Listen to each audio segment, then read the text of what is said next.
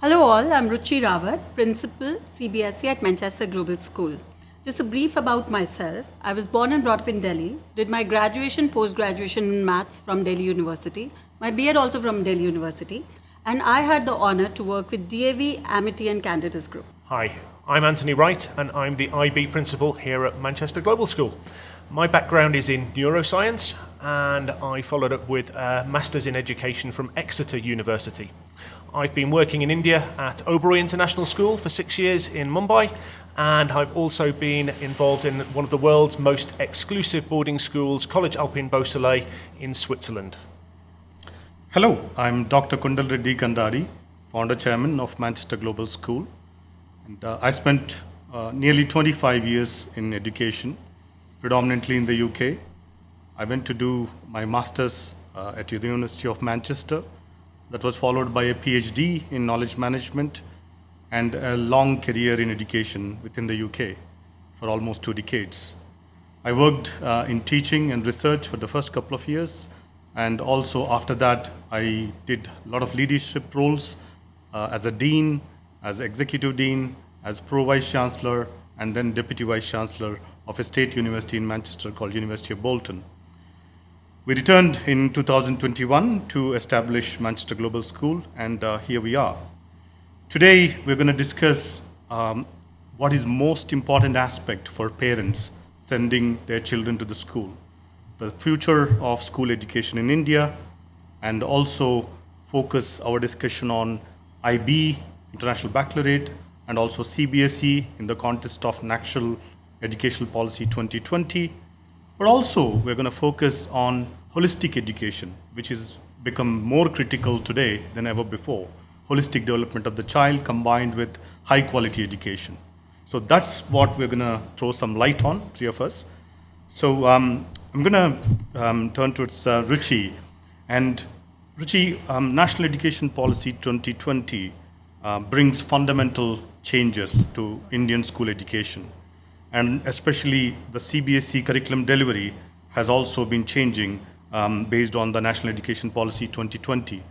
So what do you think? How the CBSE quality of educational delivery changed, and what else has changed in the context of National Education Policy 2020?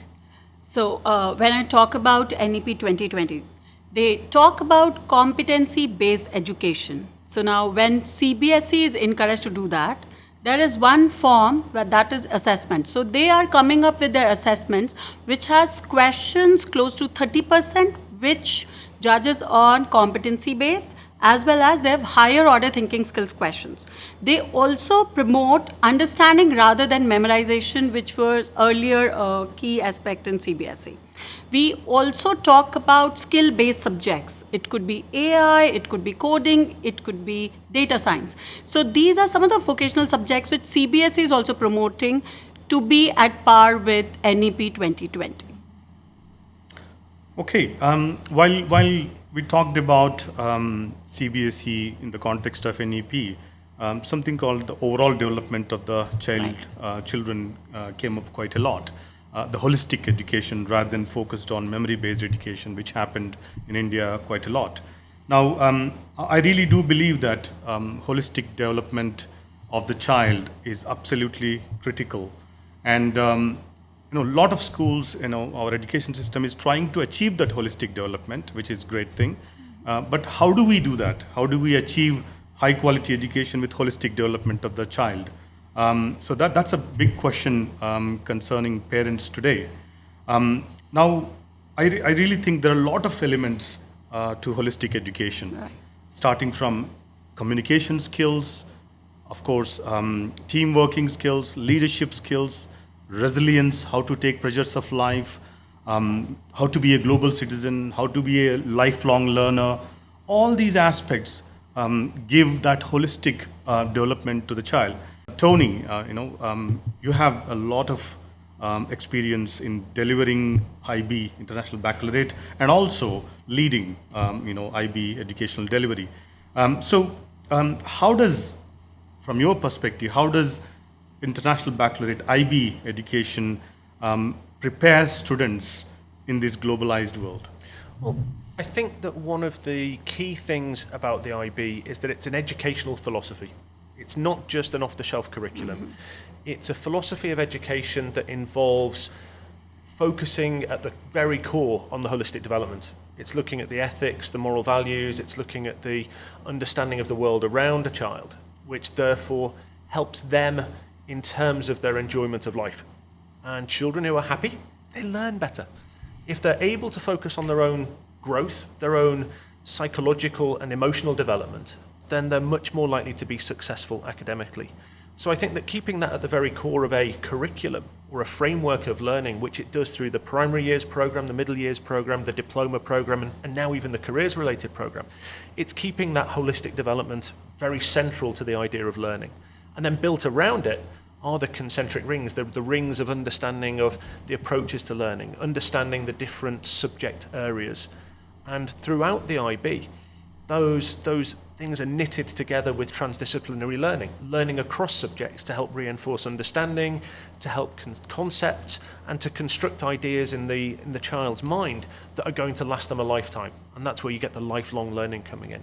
And I think that more and more, including through the NEP, governments around the world, institutes in tertiary education, universities, are looking for students who have those core skills, those holistic approaches and outlooks, elements of creativity, resilience being a major part of what universities are looking for, because the world is becoming more and more competitive in terms of people applying for jobs, people looking for places in the top institutes. And to help with that, you need to have the all-roundness to be able to go places in life.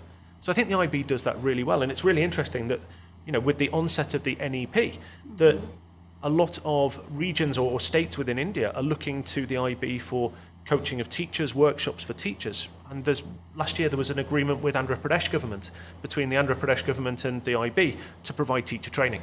So I can see really how well that fits together in our setting here in Telangana. You did mention about teacher training, and from my own experience, I found that getting high quality IB teachers is so difficult, not only in India, across the world. So how do we develop future generation of great IB teachers? Because delivering a CBSE curriculum and delivering an IB curriculum is slightly different. So how do we attract, and how do we develop and train future generation of great IB teachers? Well, I think there's certain things that I look for in terms of recruiting our team of staff. I'm looking for some teachers with good experience and leadership skills, but as you say, when so many of the teachers are coming from a curriculum that hasn't always had those skills embedded within it that hopefully will come through the NEP, it's looking for teachers with the potential, with the character, the curiosity, and the desire to learn and become different to so many of their peers.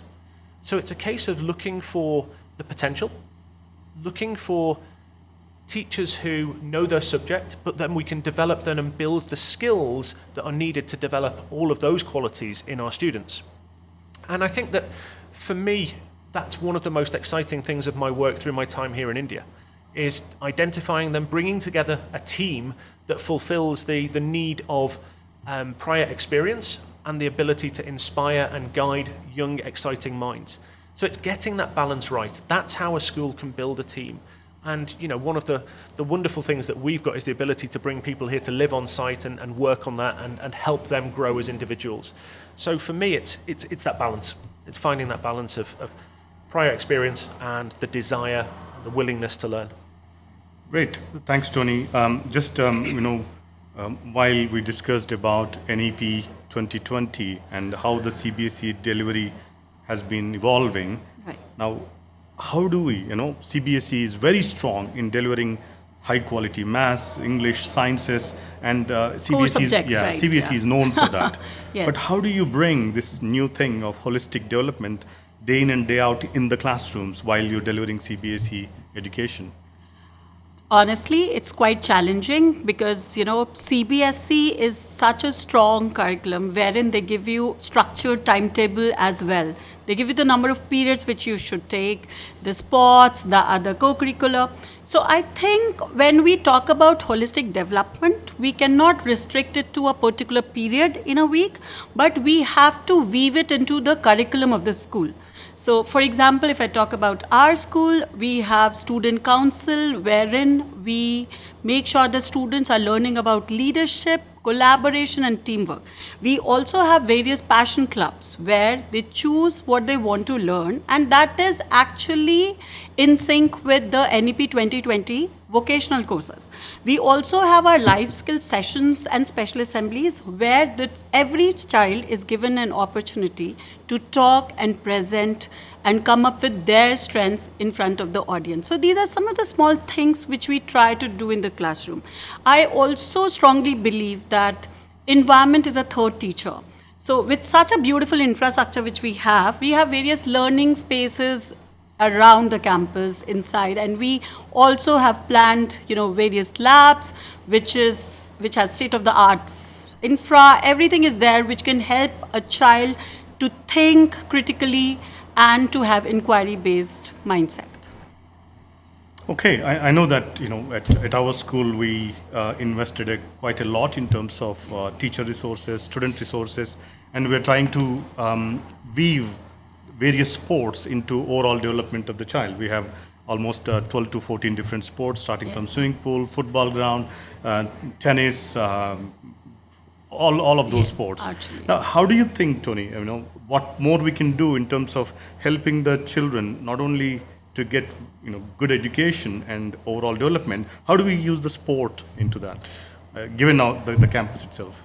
For me, one of the sports have always been a very big part of my life, and I know how much sport can offer to young people and older people in terms of their social connections, in terms of the health, in terms of the benefits it gives in terms of mental health. And I think that if you are giving students the right access to the right sports that develop team skills, that develop independent skills, that develop their own physical health, then that's going to add to their learning. And some of my most successful students over the years have been students who get that balance right. A student who can manage their time for a training schedule, a nutrition schedule, physiotherapy and medical treatments when they get injuries, if they can manage that, then they can manage their homework, they can manage, for me, their extended essays, they can manage their CAS projects, because that's part of learning life skills. And therefore, they're more likely to be successful academically. So for me, the two sit really, really well together. And the fact that we can offer such a range of sports that develop so many different skills, and that our programs are designed to expose the students to all the different sports at a young age so that they can specialize and hopefully become elite athletes later on, that to me gives them the right incentives, the incentives to pursue sports throughout. For me, I don't want students giving up sports just to focus on exams in 10th grade. I want them learning how to manage their time well enough to do their sports, because in those moments of stress for their big exams, why not go for a run? Relieve that pressure, get the endorphins flowing, relieve the anxiety. And that's a really important part of learning holistic life skills and not just preparing students for academic success. The two sit perfectly side by side. I totally agree.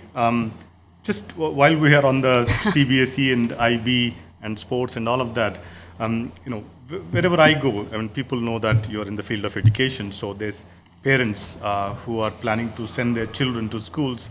They keep asking this question, what is good for my child, IB or CBSE? It's like a perennial question that comes all the time. And, at Manchester Global School, almost every parent says, tell me the difference. What curriculum should I choose? What is best for my child in this age of artificial intelligence, robotics, all of that. So it's not that pitching IB against CBSE, but I think it will really help if we could, just go a bit deeper into how and what are the key differences between IB and CBSE, and parents and children, how they can make a choice, between those two curricula that we have at Manchester Global School and many other schools for that matter. So I'm going to go to Ruchi on this.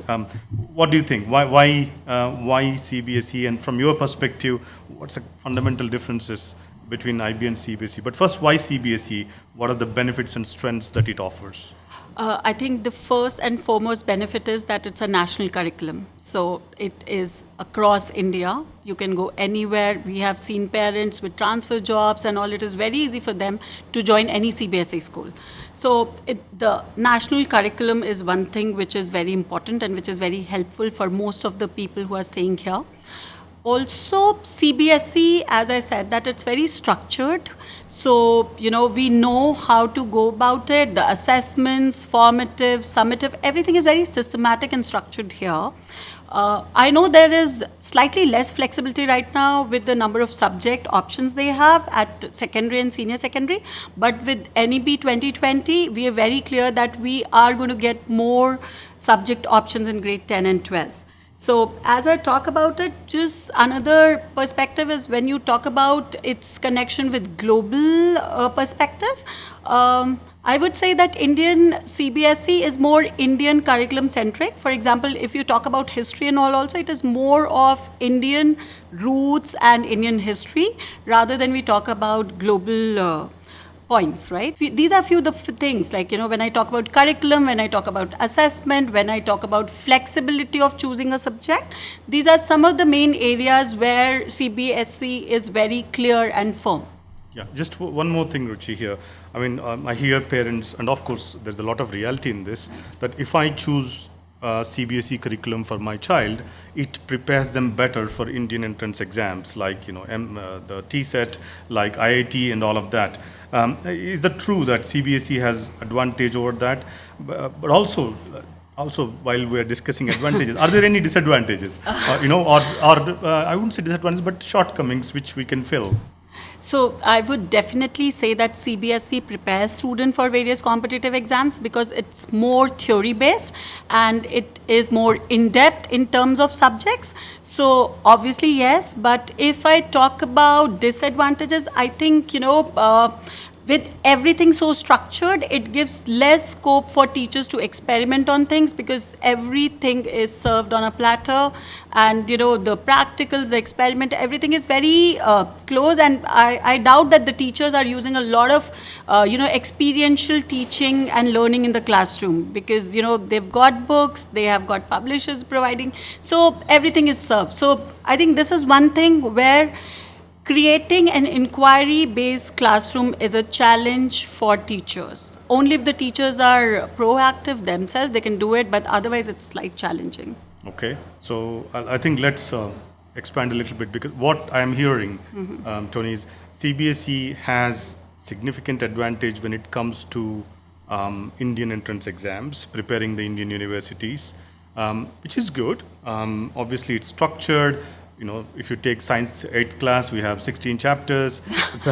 So in-depth knowledge of a subject. Yeah. Teachers know exactly when they open a book what to teach, what experiments they have to conduct, all of that. So there's a little bit of less flexibility, I guess. Absolutely. Probably that's what you're saying.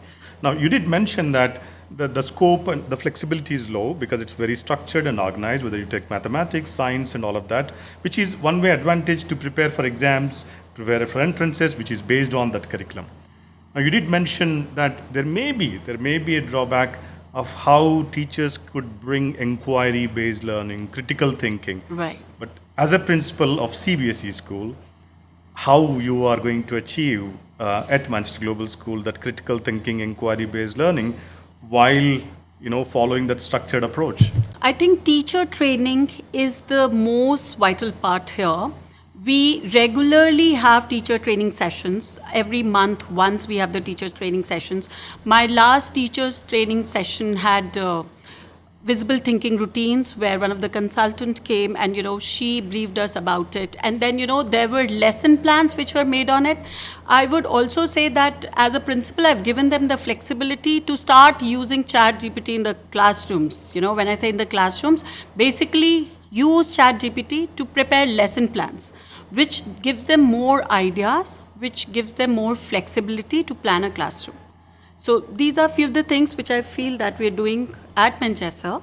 Yeah. So we're basically encouraging teachers to expand the horizon while following that structured approach, more training to the teachers so that they bring in today's needs like critical thinking and all of that. Yes. So I think that sounds good. Now, obviously, Tony, you know, it puts obviously IB has global context. It prepares students for great universities and many big universities across the world, whether it's UK, United States, Australia.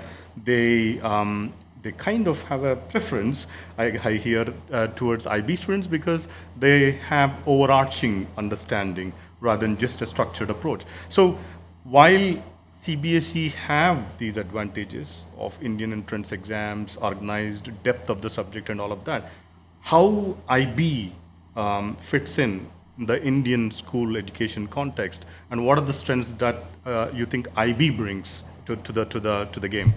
I know exactly where you're coming from with that question. A lot of parents have this misconception that if a child does the IB diploma pre-university, they cannot get in to do medicine and engineering.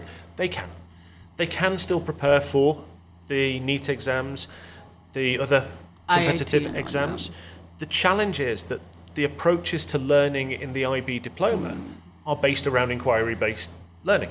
They are research skills, they are skills that involve critical thinking and problem solving. They're not rote learning memory exercises. So that's an additional piece of work that the students have to do. They have to do that preparation separately to the work that they're doing. The content is there, the skills are there. I spoke to someone just this week who is a very experienced educator in Indian curriculum. They looked at the IB higher level maths courses, both of them, and they looked at them and went, that's really, really hard. Most Indian students will struggle to do that, even if they're very good mathematicians, because of the critical thinking that's involved and the analytical skills that are involved in solving the problems. So it's there, the rigor is there, the academic toughness is really there, but it's a different set of skills. And there are plenty of, well, there's a whole document on the IB website that talks about all of the Indian universities accepting the IB diploma, yes, with high scores, and yes, with the entrance exams that they require. So they are accepting students. I've had a number of students at Oberoi go on to good Indian universities to study here in India, but they've had to do that additional work. So they need to be extra driven, they need to be extra motivated.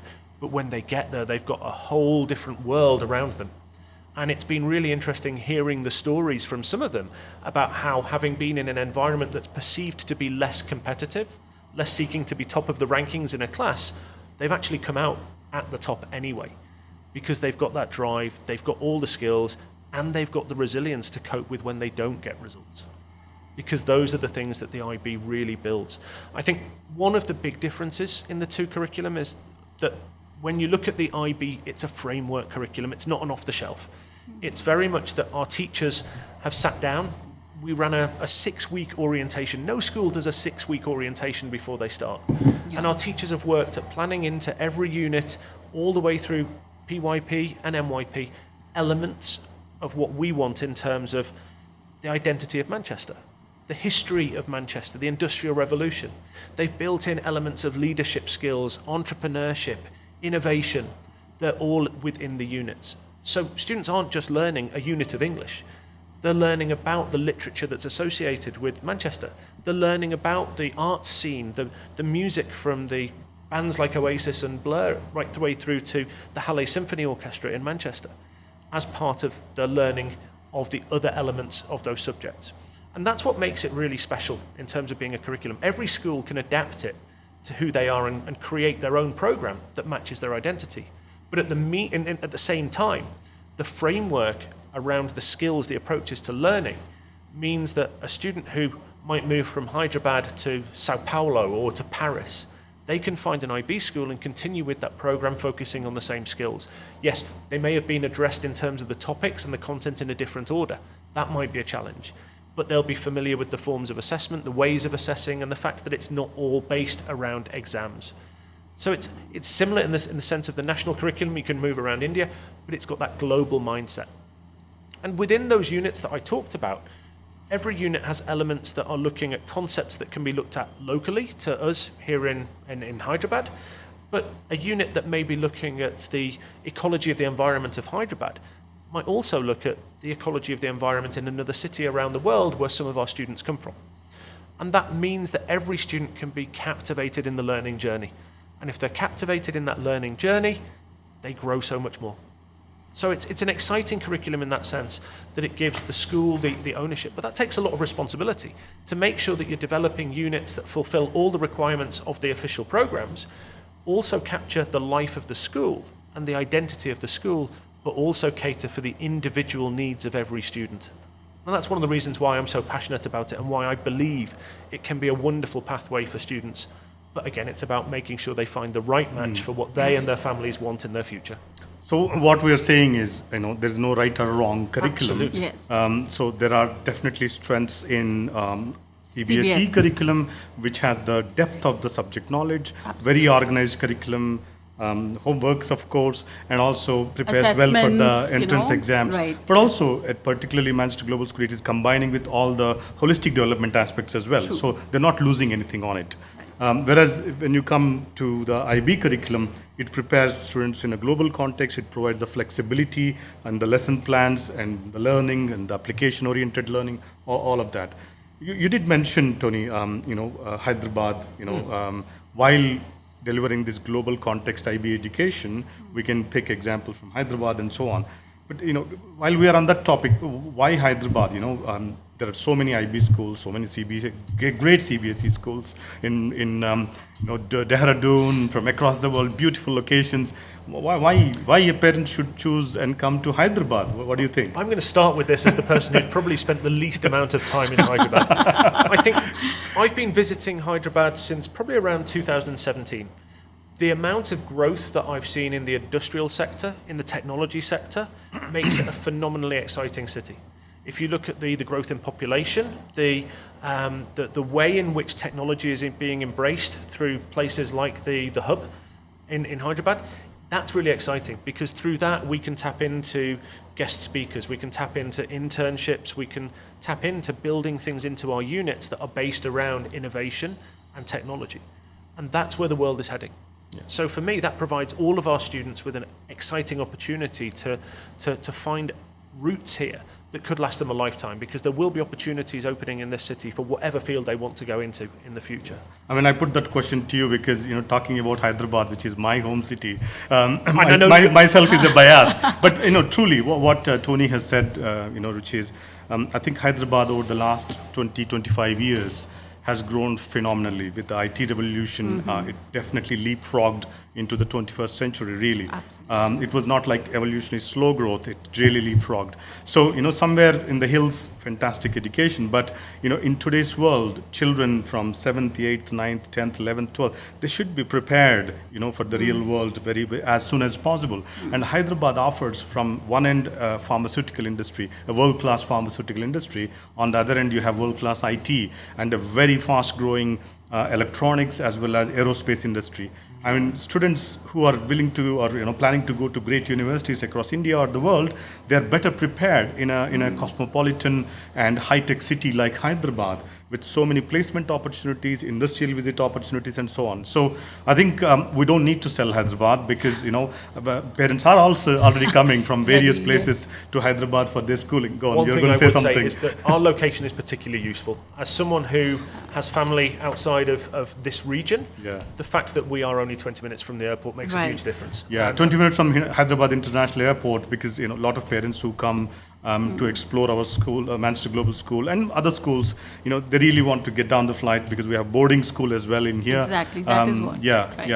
You're going to say something on that. Yeah, that is what I'm saying, that boarding, I think for CBSE also plays a very important role, because, when we talk about holistic development, I think, when the student is here during school hours, and what all after school activities which we have planned for the students, I think that plays a very important role. So, the overall development of the child, when the child is at boarding, I think it is slightly more than when they are day scholars. Maybe, this is what I feel.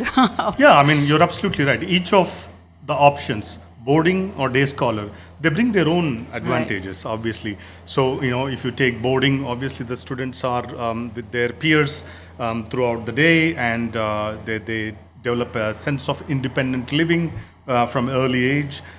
Also, ability to live on their own, think on their own, without support from the parents. But of course, you have significant support in the school with boarding Absolutely. parents, great sports in the evening, early Yeah, morning. exactly. The all of after-school that. activities, Yeah. which is a combination of sports and proper study time. I mean, that's a good I combination. think, I think one thing I would say is that I've worked in boarding for almost half my career, so around 10 years in different boarding schools. I think that in my experience, I've found 8-year-olds, 9-year-olds who are wonderful in boarding. They are ready for it and they embrace it and they love every minute of it. Right. But I've also met 16 and 17-year-olds who've gone into boarding and who they're just not cut out for it, and it can be a miserable experience if they're not ready. So I think through making sure that we give the right advice, the right opportunities to experience some residential life as they are making a decision about boarding is really important. I think that making sure that we support all the students in terms of what's best for them. And I think that given that our programs are expanding and the opportunity to do all those extracurricular activities there, again, it's about meeting those families and working out. Obviously, if they're living abroad, they're not going to be able to not do boarding here. But certainly for families in this area, our bus service provides great coverage around Hyderabad. We can work with families to find the right match, whether boarding or day students is the right thing for their child. Yeah, so it's important for the parents to come or go to any school to discuss what's best for the child. Right. Whether boarding suits them, whether boarding is going to strengthen their child, whether day scholar is the better for them, so that they get the best of the both worlds of as a great schooling experience and also within the umbrella of parental care and so on and so forth. Yeah. I think as we all agree, there is no right or wrong, but it depends on the context of the child, Absolutely. the parents, to choose what best for their children and for themselves in terms of boarding or day scholar life. I think we covered quite a lot of ground in terms of various aspects of future of education, school education particularly. But are there any things that we think we missed, those that can help parents in making a decision regarding a school? There's one thing that I want to throw out there to parents is thinking about the long term. And I've met parents who are just looking at nursery, who want to know what the opportunities are for their student in 15 years' time to apply to great universities.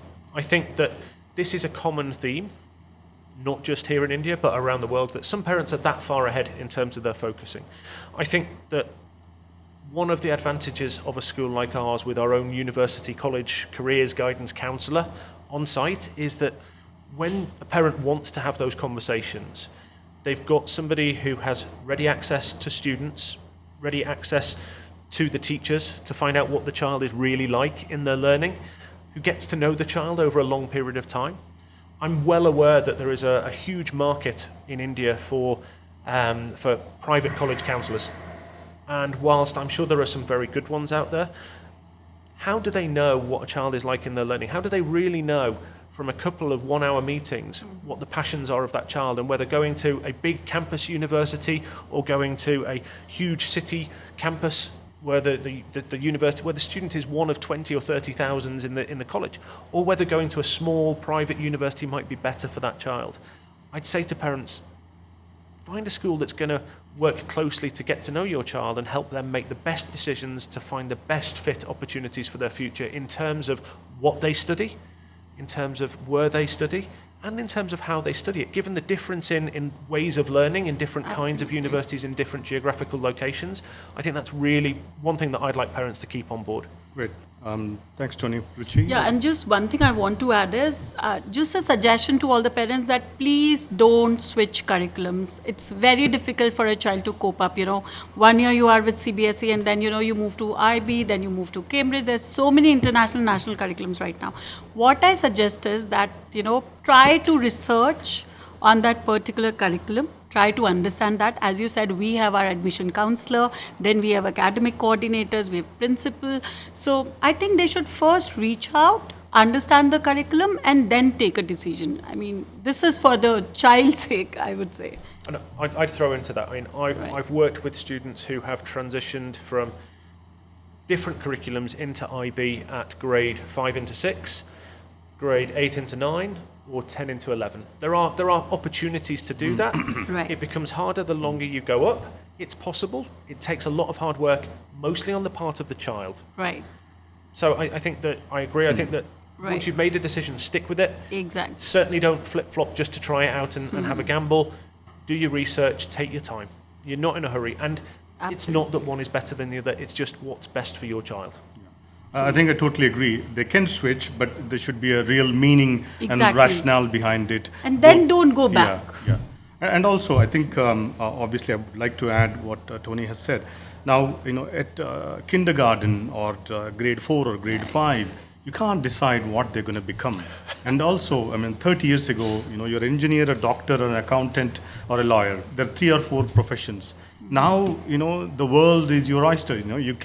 There are so many careers, from filmmaking to artificial intelligence to robotics to electrical engineering to, there are hundreds of careers, and some of them very, very rewarding. Most of them are very rewarding as you work hard. So the world is full of opportunities today, including in Hyderabad and India. So let them, get educated, high quality education in a great environment where they can have holistic development while building math, science, so English and all of that. Yes, absolutely subject knowledge, but also holistic development. And once they travel on that path into 7th, 8th, 9th, 10th, the school will help them to actually and counsel them, what is their interest, what are their strengths, what are their weaknesses, and in which area they would actually excel. So let them live their life, let them get educated in a very high quality environment, and let them explore their own careers and their own life options. And I think that's what I'm hearing is the biggest suggestion that we could make to the parents. But the schools have a great role to play in this aspect. So what we are saying is, let them, choose a great school and let them live their life and with great quality education. Find a passion. Find a passion. That takes time, doesn't it? Yes. To find their passion and then travel in their own path and excel in their own life. Right. I hope you really liked the conversation. On behalf of Manchester Global School, a very big thank you. Welcome home.